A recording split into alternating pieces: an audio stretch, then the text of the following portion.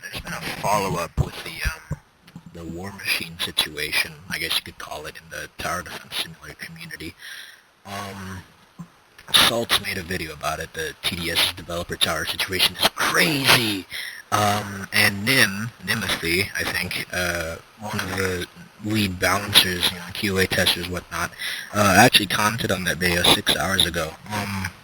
And he says, I feel like because of how these towers ended up being leaked through a roadmap that was initially made specifically for the eyes of the contributors, there's a lot of misinformation surrounding them, so I'll do my best to clear up what I can without leaking anything.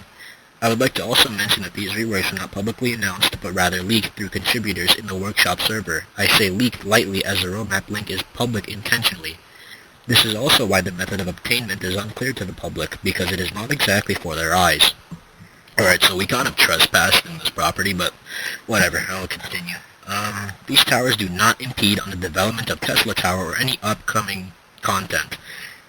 I'm going to go on a bit of tangent here. Can Tesla really be considered a new tower? Because it's basically like either going to be overpowered electroshocker or like really, really bad electroshocker, because, what can it really do? It's kind of like, personally for me, it's like the assassin thing all over again, because assassin could have been a great slasher buff, but it was made to distract players from, the abysmal release of PvP. Anyway, the people tasked to work on Max Guard and War Machine were not / are not currently working on anything else, and their inclusion in the pipeline will not affect other content promised to the community through the actual public roadmap. Sorry I took a break there, he's used not twice, and it's like, As for balancing these towers, I do not imagine it will take a very long time / eat up valuable time that could be spent on another tower like Tesla. Thank you for specifying. Regarding them being highly detailed, I think it largely comes down to their models being pretty interesting. Mechanically, I don't think they're going to be particularly straining to work on. These models are made by community contributors as well, I'm pretty sure. For War Machine in specific, unfortunately, it being confirmed to be coming out years ago was a communication error between developers. And yes, while it is unfortunate that this has happened and create expectations, it is the truth regarding this tower in specific. In other words, we are not getting War Machine. Yeah, it was publicly, stated, oh yeah, War Machine's coming, get your gems up, grind our game, all this, yada yada. Yeah, it's not coming to us. I think the issue is less so that these reworks exist, but rather the weird and poor way it has gone about being publicly discovered. Hope this clears some points up. Extra note, in terms of how these towers will perform, their balancing has not been touched yet. The text on their card is only to give a general idea and is very much subject to change. I forgot to make this point in the last one I made. I don't really like it if this will be like super game breaking, because it's like only for like an exclusive set of people. Like, yeah, but people can get exclusive stuff, sure, but it gets to a point, because jeez, making like something really OP, it's like TDS has put such a FOMO agenda out there, like, fear of missing out, that is basically the whole reason people are still playing the game. I feel like,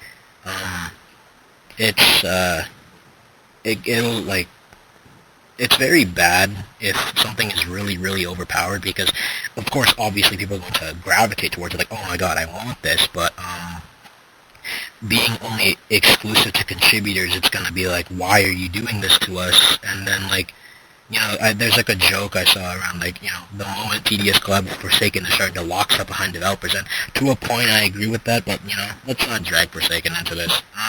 Anyway. And then Not Oof Legacy, NOL, I think. I don't know how to pronounce the dude's name. He's really cool, though. While we appreciate the transparency, that still doesn't change the fact that y'all promised War Machine for half a decade, never amended or addressed the mistake until now, and now people who have been hyped for this tower's eventual release have been essentially slapped in the face. Y'all have 5 years to clear up that misconception. What is stopping you guys from making another tower for contributors and making War Machine a hardcore tower like we were told years ago? Y'all are a big team, and since, as you mentioned, these so early in development, I don't think it would be a huge loss to just appease the community and just have some other new tower become exclusive. I agree with that. The Max Guard, like, what the hell is that? It's just like, who invited this guy?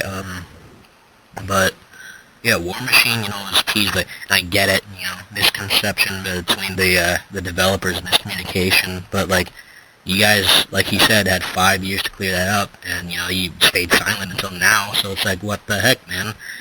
And then Nim responds, unfortunately, it is not my choice to make statements as such. I do understand this concern, but I think realistically War Machine would be an underwhelming release for the public either way, design-wise and conceptually. It conflicts with many towers that have been added since it was initially conceptualized in 2020. Hacker kind of defeats this entire argument. But whatever.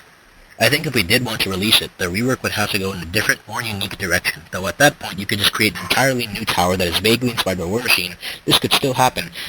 I'm not going to bet on it. Nothing ever happens, and, coming back to the point I said, Tesla being Electroshocker, Assassin being Slasher buff, he said, this could just create an entirely new tower that's vaguely inspired by the predecessor, and, yeah, that's basically what they're doing now, Assassin and, Tesla, they're just callbacks or new shiny coat of paints for already existing towers. You're kind of putting a hat in the hat there.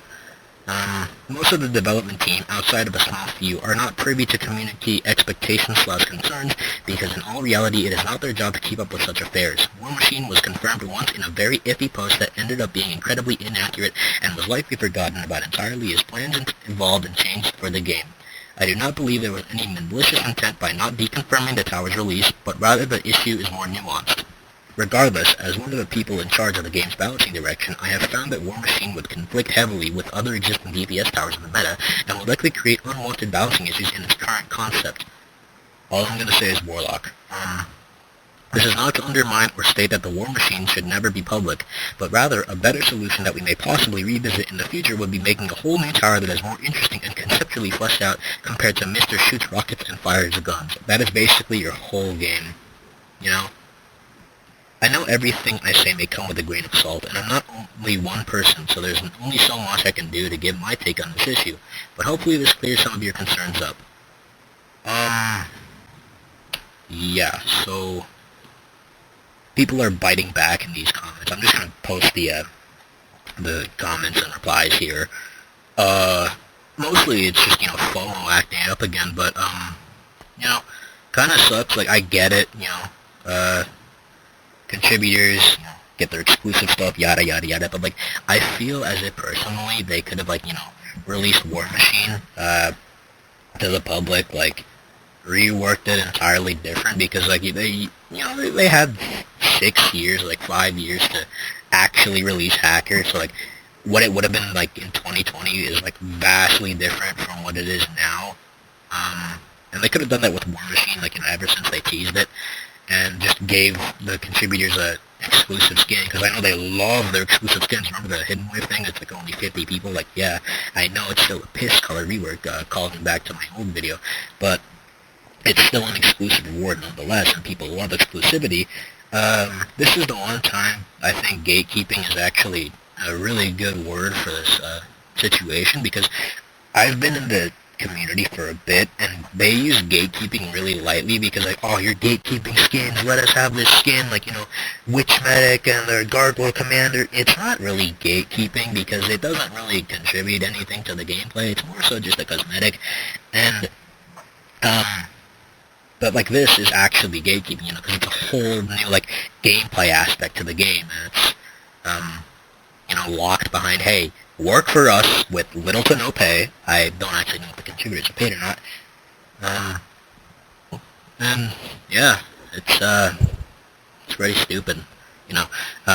I personally feel as if this is going to severely impact the contribution community as a whole, because you make things for the love of the craft, right? You do it out of passion. You make stuff you love, calling back to salts. And given that people will find out oh, you have to be a contributor to get this, they're gonna spam submissions, create stuff for the sake of creating stuff, and not out of pure enjoyment for the hobby and the talent that you have. And I feel it's going to severely impact the submissions and the people who review it and stuff. It's gonna be a huge influx, and it's gonna put a lot of stress onto the people who handle that kind of stuff, but I don't know. I hope you're picking up what I'm putting down here. I had to retake that like 6 times. But yeah, that's all. I don't really have much else to say, so, you know, sucks that it's here, but whatever. That's it, ladies and gentlemen.